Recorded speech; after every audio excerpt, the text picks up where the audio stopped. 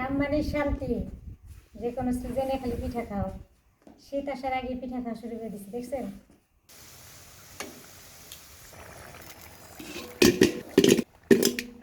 বাহিরের ভিউটা অনেক সুন্দর, আর এই ভিউয়ের মাঝে বসে বসে পিঠা খেতে ভালোই লাগে। আসসালামু আলাইকুম। অনেক দিন হয়েছে পিঠা বানানো হয় না। কিভাবে বানাবো বলেন? যেখানে আমার চাল নাই, চুলা নাই, সেখানে আমি পিঠার স্বাদ কিভাবে পাই? গ্রাম মানে শান্তি। যে কোনো সিজনে খালি পিঠা খাও।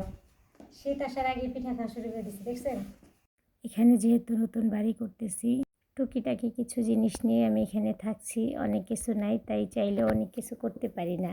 তো এখানে আমার যা অনেক কিছু আমাকে গুছিয়ে দিয়েছে, তারপর আমি পিঠা বানানো শুরু করেছি। যেখানে আমার বেলুন ছিল না, ফিরা ছিল না, যা বললাম।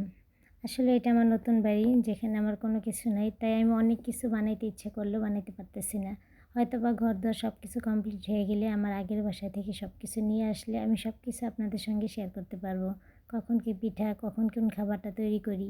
আর সে কথা বলতে বলতে চলে আসলাম পিঠা বানাতে। আজকে পিঠাটা হচ্ছে নড়াইলের দিকে বলে রসপাকন পিঠা।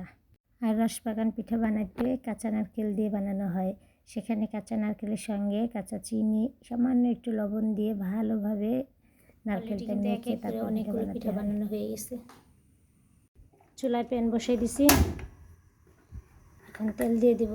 এখন রেগুলার তেল দিয়ে দিতেছি, আরও দাও বেশি করে দেবো। এক এক করে পিঠা দিয়ে দিব। বিসমিল্লাহ। পিঠা তো বানানো হয়ে গেছে, এখন এক এক করে তেলে ভেজে নেব। তার জন্য এখানে ডুবা তেলে আমি সবগুলো পিঠা এক এক করে দিয়ে দিচ্ছি।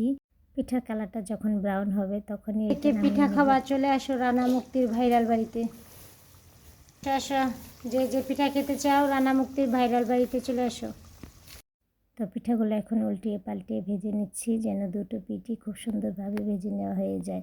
আর এভাবে আমি নড়াইলের রসপাকান পিঠা বানিয়ে নিচ্ছি। আর এই কাঁচা নারকেলটা দেওয়ার কারণ হচ্ছে, যখন আপনি কামড় দেবেন এখান থেকে রস পড়বে, তাই তো এই পিঠাকে বলে রসপাকান পিঠা। তো এটা কিন্তু আপনার ভাইয়া অনেক পছন্দ করে, আপনারা বানিয়ে খেতে পারেন।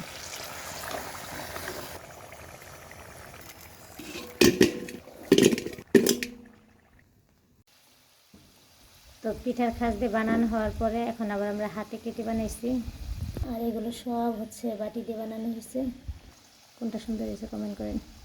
যদিও আমি মিষ্টি কম খাই, তবুও আমার কাছে এটা ভালো লাগে।